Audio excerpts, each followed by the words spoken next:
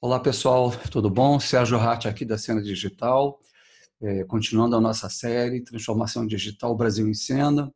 Hoje com meu amigo aqui, o Cristiano Barbieri, da Sul América. Cristiano, prazer em ter você aqui. Prazer é meu, muito obrigado pelo convite, vai ser um bom bate-papo. Exatamente. Para quem não conhece o Cristiano, né? O Cristiano ele é vice-presidente de tecnologia e transformação digital, tá? Tem 45 anos e atua há 21 anos na Sul América, né? Ele é formado em ciência da computação e tem pós-graduação em administração com especialização em analytics. Ele lidera as áreas de tecnologia de informação, de inovação, analytics e toda a transformação digital da Sul América. A Sul América é uma das maiores seguradoras do país. Foi fundada em 1895.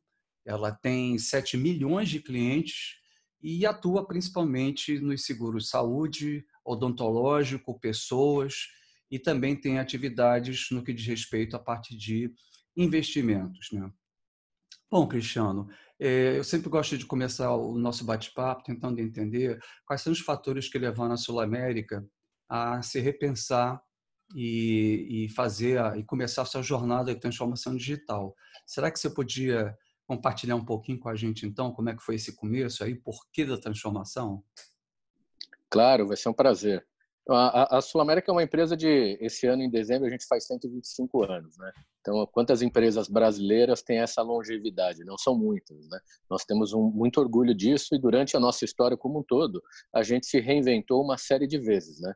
E a gente está de novo num momento como esse, né? Uma empresa forte que está crescendo, todo ano cresce forte, todo ano cresce o seu lucro, e a gente entendeu que a gente tinha que mudar a nossa estratégia para que o digital fosse muito relevante em todos os serviços que executamos. Então, há 3 anos atrás, aproximadamente, a gente entendeu que a gente tinha que acelerar a nossa transformação digital.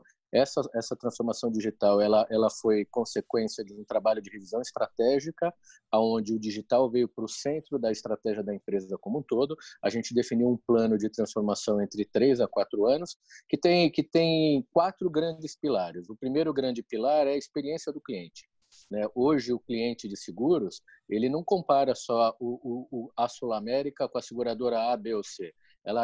Ele compara a experiência que a Sul América entrega com o Uber, com o Nubank, com o Airbnb. Então, a experiência digital tem que ser entregue no melhor nível para os nossos clientes. Então, o primeiro grande pilar é todo lugar que eu toco o cliente, corretor, os nossos parceiros, eu tenho que entregar a melhor experiência digital. Entregar a melhor experiência digital nem sempre é fácil. Esse é o primeiro grande pilar do nosso plano. O segundo grande pilar é o que a gente chama de Advanced Analytics, né? Então, é o uso intensivo e sofisticado de dados. Nós já somos uma empresa de analytics, né? Toda seguradora usa muitos dados para precificar, para aceitar risco e para tomar decisões. O Advanced Analytics é uma sofisticação disso tudo, é usar mais dados, é montar um time forte de cientistas de dados usando alto poder computacional para que a fronteira do insight que o dado gera seja ainda melhor. Então, esse é o nosso segundo grande pilar. O terceiro grande pilar é a inovação. Nós já temos aqui na Sul América o que a gente chama de garagem de inovação. A nossa garagem de inovação foi criada há quase 5 anos. Os projetos mais inovadores da companhia saíram de alguma forma desse grupo de trabalho junto com as nossas unidades de negócio e agora a gente está falando de escalar isso para toda a companhia. Sabe, Sérgio, a inovação hoje em dia ela não vem mais de poucas apostas ao longo de um ano como as grandes empresas historicamente fizeram. As grandes empresas sempre fizeram a inovação baseado no conhecimento interno ou naquele maquinário que ela tinha e era uma pequena variação daquilo que ela já sabia fazer. Hoje, a inovação vem de milhares de pequenas experimentações feitas ao longo do ano. E dessas milhares de pequenas experimentações, a inovação sai daí, de experimentar muito. Então, experimenta muito, aprende, ajusta, erra pequeno, aprende primeiro, escala primeiro. Esse é o nosso terceiro pilar da inovação, é tornar a Sul América uma grande máquina de experimentação pequena, consciente e rápida, de forma que, à medida que o comportamento dos nossos clientes, do ser humano vai mudando, não importa para onde ele vá, a gente vai estar lá. A gente vai conseguir aprender rápido, se adaptar rápido e ganhar a preferência do cliente rápido. Esse é o nosso terceiro grande pilar.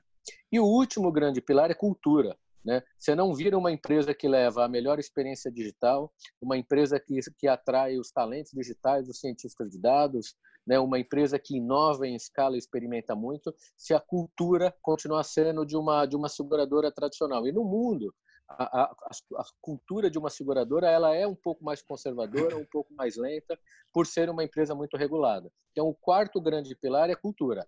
A gente precisa transformar a empresa numa empresa de fato de cultura digital. E a cultura digital traz uma série de coisas interessantes, né? Que um apetite ao risco maior, o aprendizado contínuo, uma tolerância ao erro, uma velocidade maior, né, um ambiente mais descontraído, um grupo de trabalho muito dinâmico, né, que trabalha muito rápido e não tem medo de errar. Então, essa cultura digital é fundamental e ele é pilar de sustentação para os 3 primeiros itens que eu comentei. Então, esse nosso plano ele é muito bem estruturado, ele já vem sendo executado entre 2 anos, 2 anos e meio. Não é rápido fazer esse tipo de transformação, né, mas a gente continua firme e forte. É um dos maiores projetos da companhia. Entendi. Excelente. Inclusive, eu acho bacana que vocês estão fazendo uma coisa onde vocês estão reconhecendo que o elemento humano ele é fundamental para sustentar todo o resto, né? Em geral, os projetos de transformação, a ideia, principalmente da alta gestão, é que basta você botar tecnologias digitais e está tudo resolvido.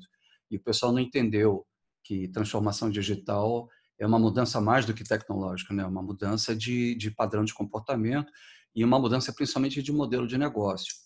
Então, à medida Sem dúvida. que o cliente vai mudando de gosto, né, que a sociedade vai mudando, você também tem que acompanhar. Então, a gente está vivendo numa sociedade onde cada vez mais o ativo ele está sendo dissociado do valor. Então, as pessoas não estão necessariamente querendo ter coisas, elas querem ter acesso às coisas.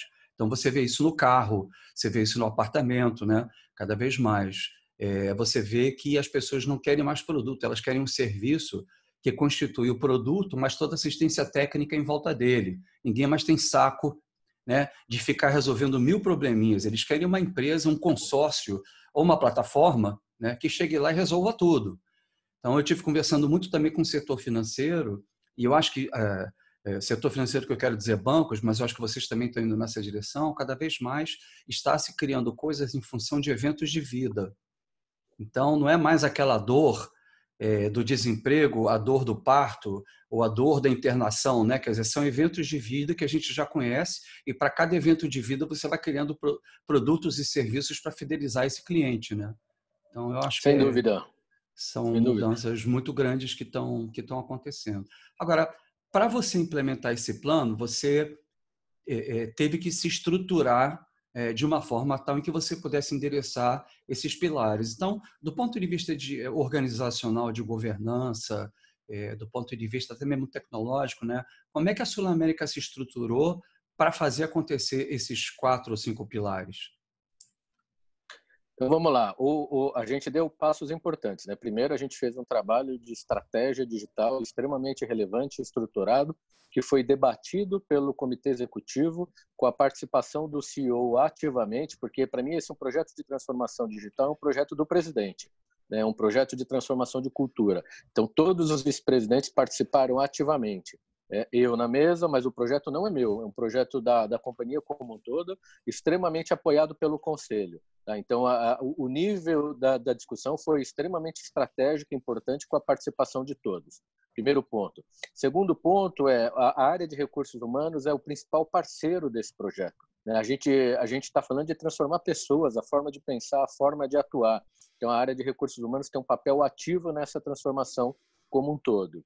Terceiro, a gente criou uma estrutura, pessoas dedicadas a esses assuntos. Então, a gente criou pessoas responsáveis pela transformação de experiência com o cliente. A gente tem times extremamente importantes e estruturados para fazer isso. A gente criou uma área de Advanced Analytics, que tem a responsabilidade de estruturar todos os projetos de ciência de dados. E um projeto de ciência de dados, não adianta só colocar os cientistas de dados e achar que o projeto sai. Você precisa ter engenharia de dados, arquitetura de dados, governança de dados e projetos de dados. Então, a hora que você fala de fazer um projeto de ciência de dados, você tem que colocar times trabalhando junto numa série de ciências extremamente importante, sempre com o pessoal de negócio. Então, a gente tem times multidisciplinares de médicos, né, infectologistas, por exemplo, discutindo projetos de ciências de dados junto com o nosso time de cientistas de dados, né? A gente está reforçando também a nossa área de inovação e, principalmente, a gente está mudando a nossa forma de trabalhar. Então, na companhia hoje, a gente tem mais ou menos 20 a 25 squads, né, que ficam localizados aqui no WeWork, perto da gente, em Pinheiros, né?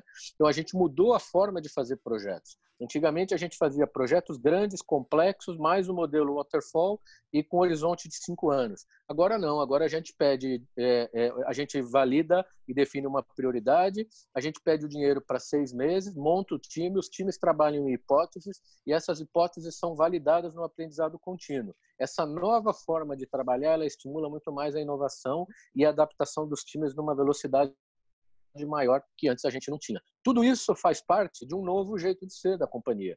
Tudo isso faz parte de um estímulo contínuo para que a gente acelere a nossa transformação. Então, ele começou numa estratégia muito bem definida, empoderada por todos os vice-presidentes e pelo presidente da companhia, a área de recursos humanos extremamente ativa, gente boa, contratada, sentada na cadeira, focada nesses objetivos e um acompanhamento contínuo com novos métodos de trabalho. Excelente. Eu ia perguntar sobre a participação das pessoas do negócio na definição, né, desses produtos e serviços. Em geral, também, as empresas que eu tenho conversado, eles têm tido um conflito, pelo menos inicial, no que diz respeito ao Product Owner, né? Ou seja, a disponibilidade do negócio para começar a formar os produtos e para continuar. Parece que, no início, não há uma compreensão clara de que não existe mais projeto, o que existe é produto, né? E esse produto ele tem uma vida própria que vai evoluindo com o tempo. Então, você tem que ter responsáveis por esse produto durante todo o ciclo de vida, envolvendo, inclusive, o Product Owner, que é um cara de negócio. Então, muitas empresas que eu falei, eles acabaram criando uma espécie de babá de Product Owner, né? E no caso, eu queria saber se você teve esse tipo de desafio também ou se isso hoje está plenamente absorvido pela companhia. Não está, não, de maneira nenhuma. A gente tem ainda esse desafio. Esse é aquele tema que é muito mais fácil falar do que fazer. Né? Nós Exatamente. temos, para cada squad, nós temos um Product Owner. E a gente também definiu aqui um Product Manager, que é um cara que ele lidera algumas squads com temas afins. Então, a gente decidiu trazer pessoas do negócio, então são enfermeiros, são médicos, são pessoas que conhecem do produto seguro, para serem Product Owners. E a gente colocou também o tal da babá, ou um agilista, um estrategista ágil para ajudar nos métodos. Não é fácil fazer isso. Qualquer empresa que começa nessa discussão tem dificuldades para que o papel do Product Owner seja bem exercido. E não é só o papel do Product Owner, é o papel do estrategista ágil, é o papel do Scrum Master, é o papel do designer. Né? A gente ainda está aprendendo. Por mais que façam quase 2 anos que a gente tem todas essas squads rodando, ciclo após ciclo a gente vai apertando parafuso e vai melhorando. Então ainda é uma dor. A gente está a cada 6 meses a gente faz um performance review, a gente ajusta, a gente traz parceiros externos para ajudar a gente a treinar, né? E a gente vai apertando parafuso. A gente passou também a usar o que a gente chama de OKRs, né? Porque a gente era uma empresa muito estruturada por BSC. A partir do momento que a gente passa a usar as squads ágeis, a gente teve que buscar um meio melhor de medir performance, né? de medir evolução. E a gente resolveu adotar os OKRs, os Objective Key Results, que é a melhor forma das empresas mais digitais mundo afora, né? Mas não é fácil você usar também. Então, a adoção dos OKRs está ajudando o nosso linguajar ser melhor compreendido, os nossos objetivos estarem mais claros para os nossos times. Com isso, até os papéis do Product Owner, do Product Manager e do time como um todo ficam mais claros e mais bem definidos. Mas ainda é um desafio. Não é fácil fazer isso. Não, por outro lado, tem algumas empresas que decidem contratar Product Owners de fora. Mas o Product Owner de fora, ele também não conhece a empresa e nem a cultura. Às vezes ele conhece um pouco mais de método. Então, não tem resposta muito pronta para isso. Você tem que traz um grupo, aqueles que têm mais perfil você tem que investir, você tem que treinar, aqueles que não têm perfil voltam para a operação e a gente vai evoluindo ciclo após ciclo. Tem que ter uma contaminação inicialmente externa, talvez, né? Mas depois tem que gerar uma autonomia. E 2, 3 anos também é até pouco tempo. Vocês estão jovens, né, nesse aspecto, porque tem empresas como a General Electric que está há 10 anos fazendo isso. A Boeing está fazendo isso também há 10, não sei quantos anos, né? e continuam tentando fazer. Eu diria até que com um complicador, porque multinacionais elas têm um problema de ter uma sede que define uma estratégia global que tem que ser traduzida em estratégias regionais e depois locais. E muitas vezes a adaptação local de uma estratégia global é extremamente complicada.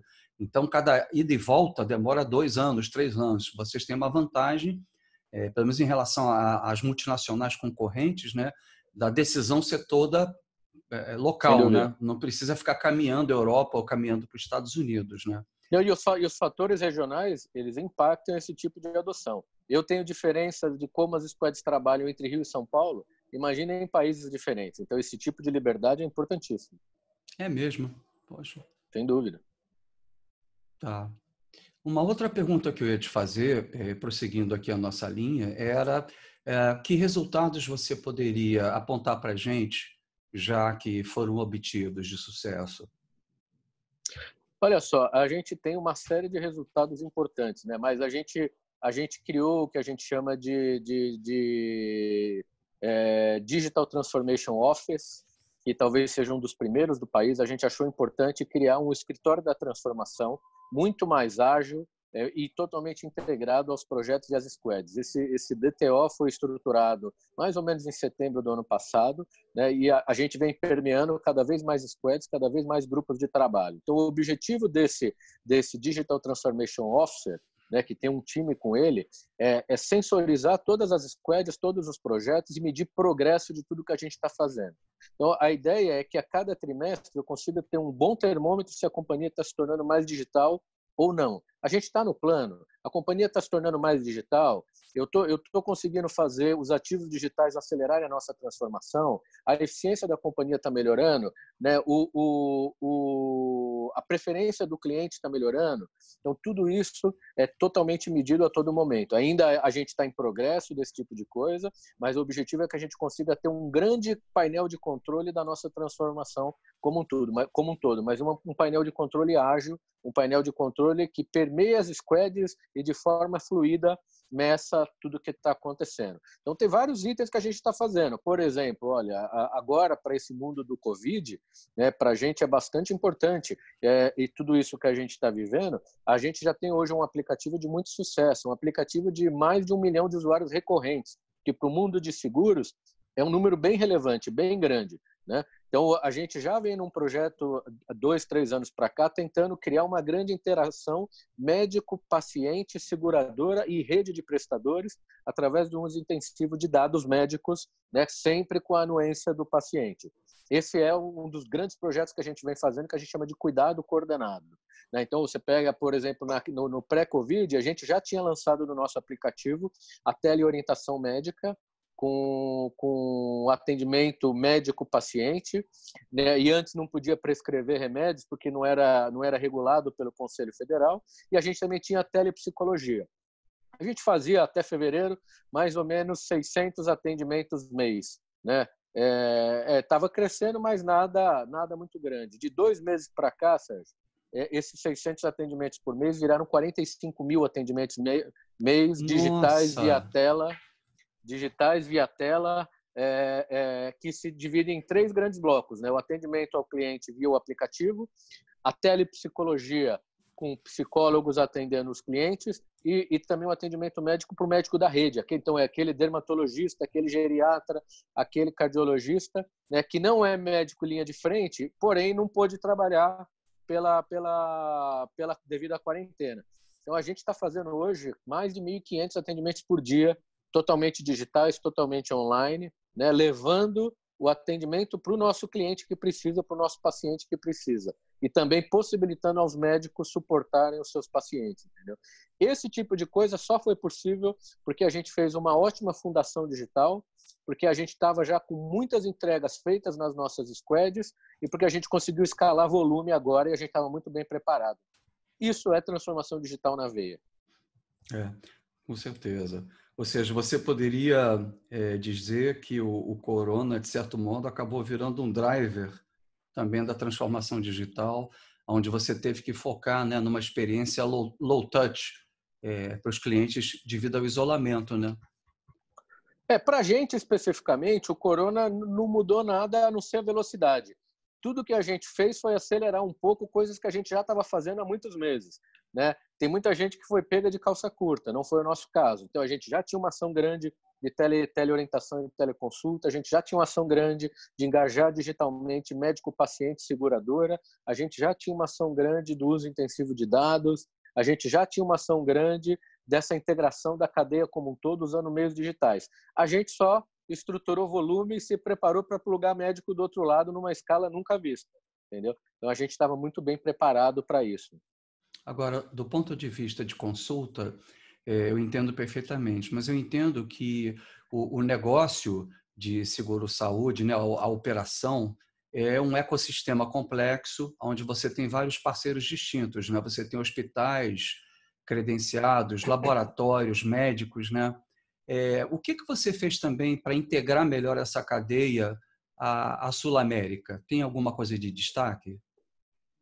Tem vários projetos sendo discutidos, né? Por exemplo, a gente tem discutido o reaproveitamento de exames, né? Para que o exame que o Sérgio fez no laboratório A, o Sérgio fez uma ressonância magnética 3 meses atrás, com um ortopedista, por exemplo. Aí ele muda de médico, ele não precisa necessariamente refazer aquela ressonância magnética. Se houver, de fato, um modelo bem estruturado de compartilhamento, sempre com a anuência do paciente. Esses são projetos que a gente tem, de fato, discutindo. Então, esse grande uso de dados, né, de forma a beneficiar o paciente, reduzir o custo como um todo, é um grande projeto que a gente vem fazendo.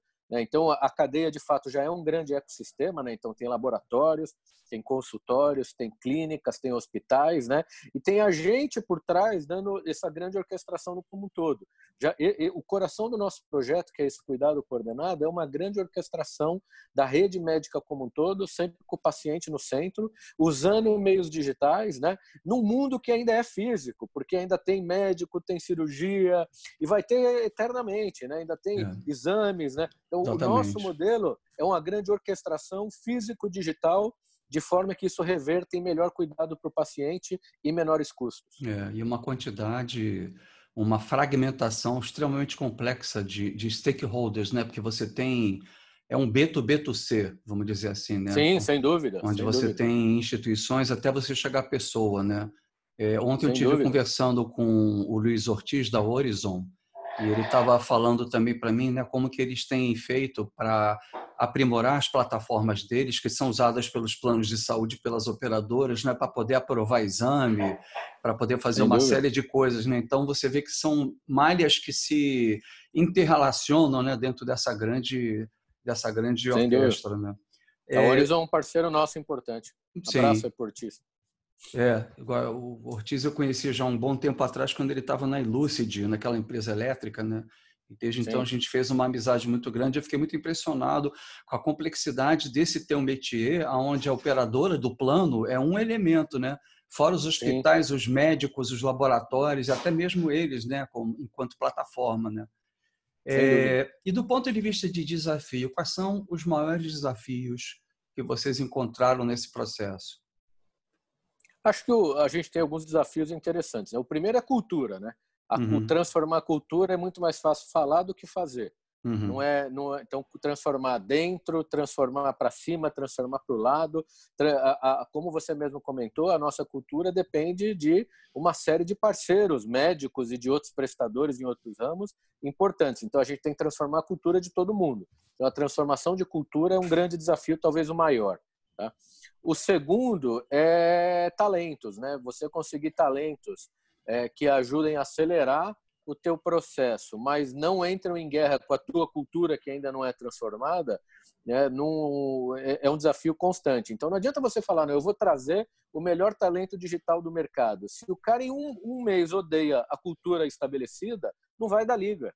Você tem que trazer aquele cara que tem potencial, que conhece, que funciona como agente transformador, mas não se mata com a cultura estabelecida. Ele vira um agente de transformação e não vira um cara em guerra com tudo o que está acontecendo, entendeu? Então você tem Verdade. a todo momento que balancear esse tipo de desafio, né? Eu tenho sim, preciso de talentos externos. Esses talentos externos, junto com os talentos internos, têm que ser privilegiados, né? Assim como o talento interno também, e ambos viram uma máquina de transformação na companhia, né? Esse é o nosso maior desafio.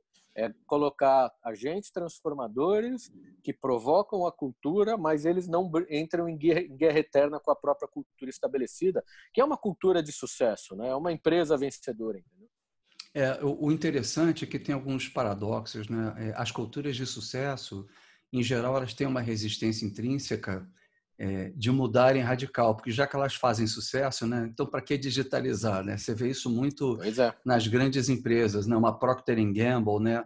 E justamente, às vezes, o sucesso ele pode ser... É difícil o cara entender que aquilo que trouxe ele até o momento não é o que vai garantir dali para o futuro, né? Então, tem muita empresa Pois que é. passa por isso, né? E a segunda coisa é você saber separar o joio do trigo, ou seja, tem pessoas, colaboradores que você pode investir e vale a pena você investir porque esse cara já está motivado e já está na cultura. E tem pessoas de fora que você vai trazer com esse desafio que você falou, cultura versus talento, como reter esse cara, né? Que hoje a retenção não é mais só salário, né? Você tem que garantir para ele uma esteira de desafios permanentes, né? Para que o cara sinta que ele está com desafio e está aprendendo sempre alguma nova coisa, né? Olha só, E eu acredito que salário talvez seja o segundo ou terceiro fator. É importante, mas o primeiro fator é desafio. Essa galera digital, seja o formado dentro de casa ou fora, o desafio é o primeiro item. Dá projeto interessante, a chance de você mantê-los é muito alta.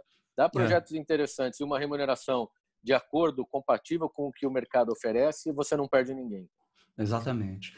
Ou seja, não existe uma questão de carreira, né? O que existe é uma questão de motivação imediata, né? Uma motivação circunstancial, aquele projeto que o cara tá ligado, né? E Os talentos digitais, Sérgio, eu sou um cara de 21 anos de Sul-América, né? Então talvez seja um talento digital, mas formado dentro de casa. Hoje a gente fica feliz quando o cara fica dentro desse grupo 2 a 3 anos na empresa. 2 a 3 anos na empresa, ele consegue fazer algo relevante, entendeu? Obviamente, você traz alguém para ficar 6 meses, não volta nenhum investimento, um ano, não volta. Mas mais do que 2 a 3 anos para esse grupo já é um desafio, não é fácil. impressionante, impressionante. E fora que existe uma escassez de recursos no mercado, né? Parece que tem um déficit de mais de 300 mil developers e técnicos, né? Porque está todo mundo querendo, e cada vez que a Petrobras quer fazer uma iniciativa digital ou a Vale do Rio Doce, metade do mercado já é comprometido, né? Com essa demanda, né?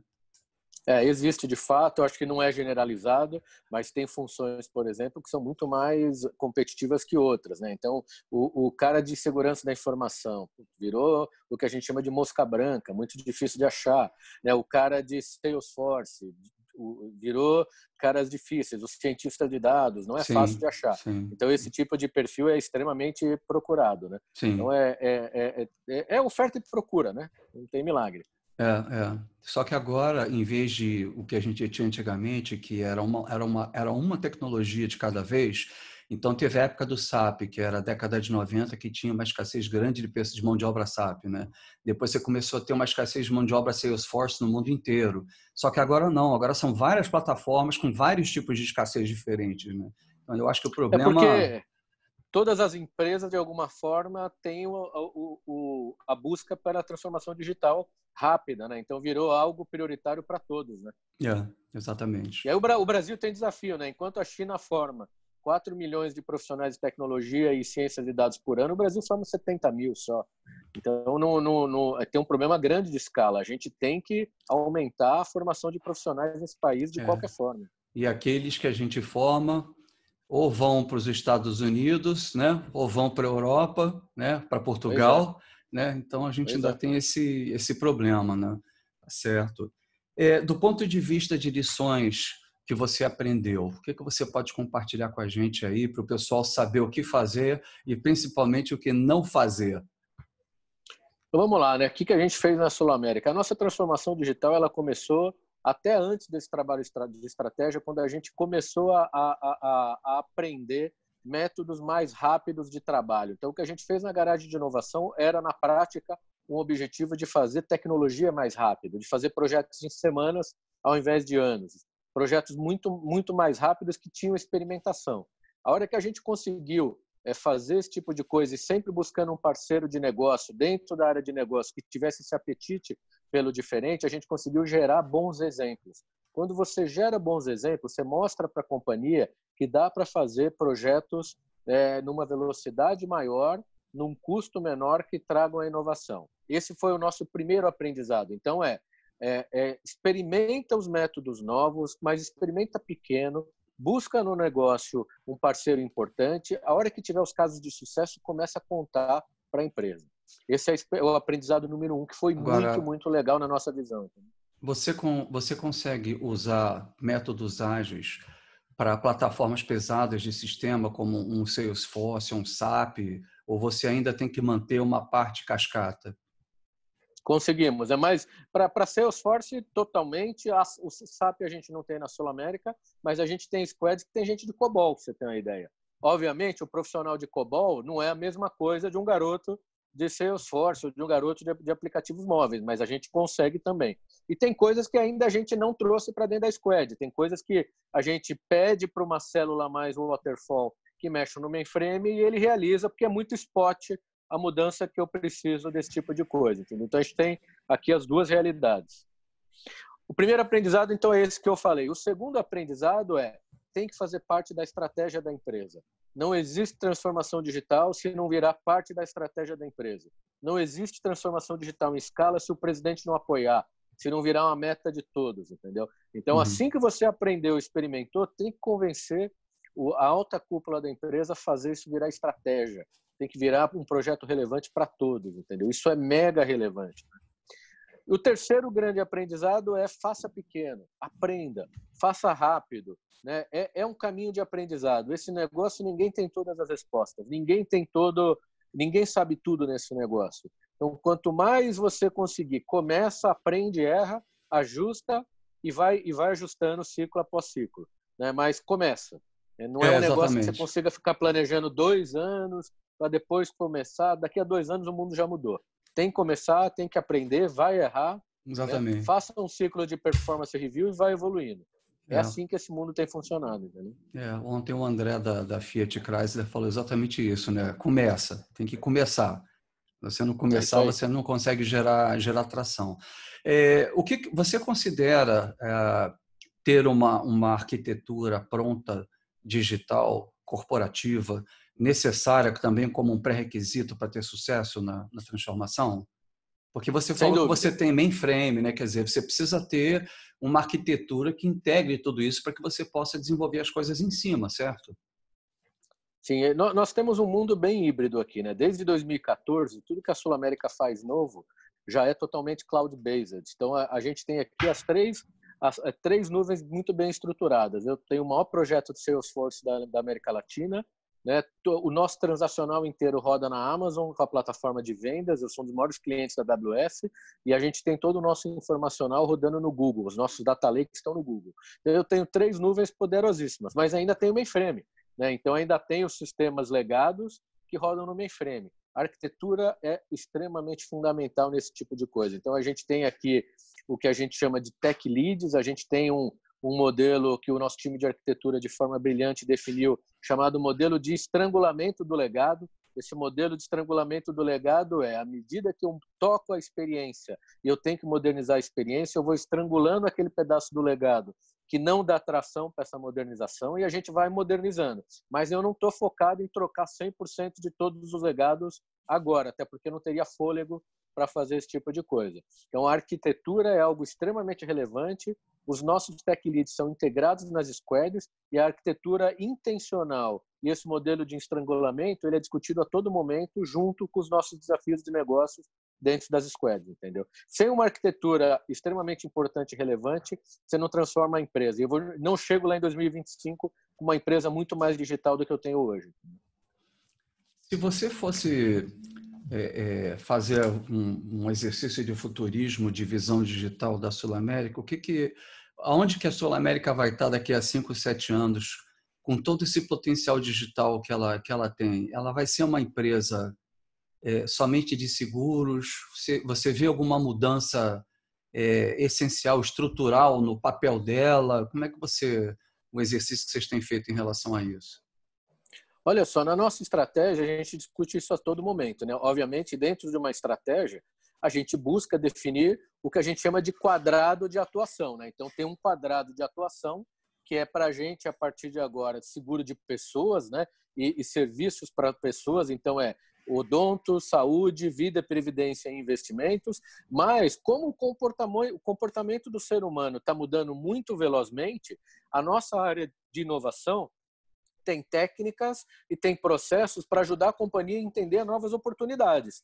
Se dentro desse ciclo aparecerem novas oportunidades e a gente for suficientemente capaz para nos adaptarmos, por que não? Se eu me tornar uma máquina digital que experimenta rápido e sabe usar dados numa escala nunca vista, eu posso oferecer qualquer coisa para o cliente, né? Então, isso tem que ser debatido num processo aqui dentro de governança, né? Mas aparecendo uma oportunidade, por que não? É para isso que a gente está se preparando. O que eu tenho observado também é que, com o avanço das tecnologias, muitas empresas estão se dando conta de que, principalmente aquelas que têm contato com o cliente final, é uma corrida para virar uma espécie de Amazon, ou seja, ser o líder do ecossistema, né? Então, você tem um ecossistema ligado à saúde, né? Você tem as operadoras, os médicos, os hospitais, e você tem, eventualmente, já, né? E você tem as empresas disruptivas também, como uma Google, uma Amazon, que estão entrando na saúde também. Uma luta, por ser a plataforma hegemônica que vai orquestrar as outras plataformas, né? Então, a gente vê cada vez mais empresas que não são necessariamente do ramo de saúde, mas são do ramo de tecnologia, por exemplo, tentando virar uma Amazon. Então, nos Estados Unidos, você tem a Aetna, que é um portal que é considerado a destinação final de todo mundo que quer discutir saúde. Então, o cara encontra desde plano de saúde até do concorrente, até personal trainer, tudo ali. Por isso é que eu fiz essa pergunta, porque além de você poder oferecer produtos e serviços de maneira infinita, baseado em dados, você funcionar também como a plataforma central de um segmento de negócio também pode ser uma grande ambição a ser atingida, né? Mas é o que você falou, vocês devem estar discutindo isso, provavelmente, né? Nós e a torcida do Corinthians toda. Então, É, isso é um objetivo, é um sonho de consumo para qualquer empresa que tenha uma marca forte e que crie capacidades digitais em escala, né? Sem exatamente. dúvida, é uma possibilidade, um caminho forte, mas não é fácil de ser feito. Mas É, sim, a gente estuda, é o que vai separar os vencedores, né? sem Mas não dúvida. necessariamente é o único modelo de sucesso digital. Você tem modelos de sucesso, como, por exemplo, o do próprio PayPal, que acabou virando uma espécie de plug and play universal de meios de pagamento, né? E ele não sai dessa posição porque isso também é uma estratégia vencedora. Você virar um plug and play global. Seria a própria Horizon, do nosso amigo Luiz, né? Virar um plug and play não só local, mas também global e, eventualmente, até terceirizar serviços que hoje a Sul América tem no seu back-office, deixar com esse cara para que a Sul América possa focar em negócios que só ela pode fazer, que é lidar com o consumidor e vender o É, seu... o, nem todo mundo vai ser ecossistema digital, até porque ser ecossistema digital exige investimentos e capacidades que nem todo mundo consegue fazer. Então, a gente ainda vai ter muito negócio vertical fazendo muito bem aquilo que ele sabe fazer. Exatamente. Você sabe que eu tive conversando com os nossos colegas, né, da MRV, construtora, da Leroy Merlin e da Votorantim. E, a princípio, todo mundo quer ser o dono da plataforma de construção. Então, você vê Pois que é é. interessante, porque você vê que são empresas que são complementares, mas que estão olhando esse negócio, né? Então, imagina no setor de saúde, então, como é que não vai ser. Quando você estuda um ecossistema digital, você tem atores diferentes, né? Você tem o orquestrador do ecossistema e você tem um participante de ecossistema. Você tem papéis diferentes e relevantes em informação. Então, são papéis diferentes e nem todo mundo vai ser orquestrador, entendeu? Exatamente. Nem todo mundo tem condição. Cristiano, mais alguma coisa que você gostaria de deixar para o pessoal que está assistindo aqui? Alguma observação? Eu acho que a primeira, talvez a mensagem mais forte aqui é comecem. Comecem porque o caminho é longo, não é fácil. as empresas incumbentes ou mais tradicionais têm um desafio ainda maior, mas é possível a cada ciclo de aprendizado. Mas tem que ser um projeto que esteja no coração da estratégia, tem que ser um projeto que seja do presidente e apoiado por todos, porque o caminho é longo. É isso. Tá certo. Bom, queria te agradecer muitíssimo aí pelo teu depoimento, acho que foi riquíssimo. Eu acho que a tua segurança e os resultados que vocês obtiveram só mostram que a Sul América realmente está bastante sólida, está bastante à frente, né? E queria aproveitar também para os nossos seguidores aí que estão assistindo falar que eu vou deixar à disposição aqui nos comentários o link para o e-book da transformação digital, do conceituação. Vou deixar o link também do webinar que foi criado de introdução à transformação digital. E eu espero aí que daqui a, sei lá, um ano, Cristiano volte aqui para falar com a gente sobre novas ideias, novas transformações, novas orquestrações aí que a Sul América vai estar fazendo aí com certeza de sucesso aí. Cristiano, mais uma vez, super obrigado aí pela tua participação, pelo teu depoimento e até uma próxima, né? Muito obrigado, obrigado pelo convite, foi um prazer discutir ideias com você e com os teus ouvintes aqui. Muito obrigado pelo convite, um grande abraço a todos. Um grande abraço aí.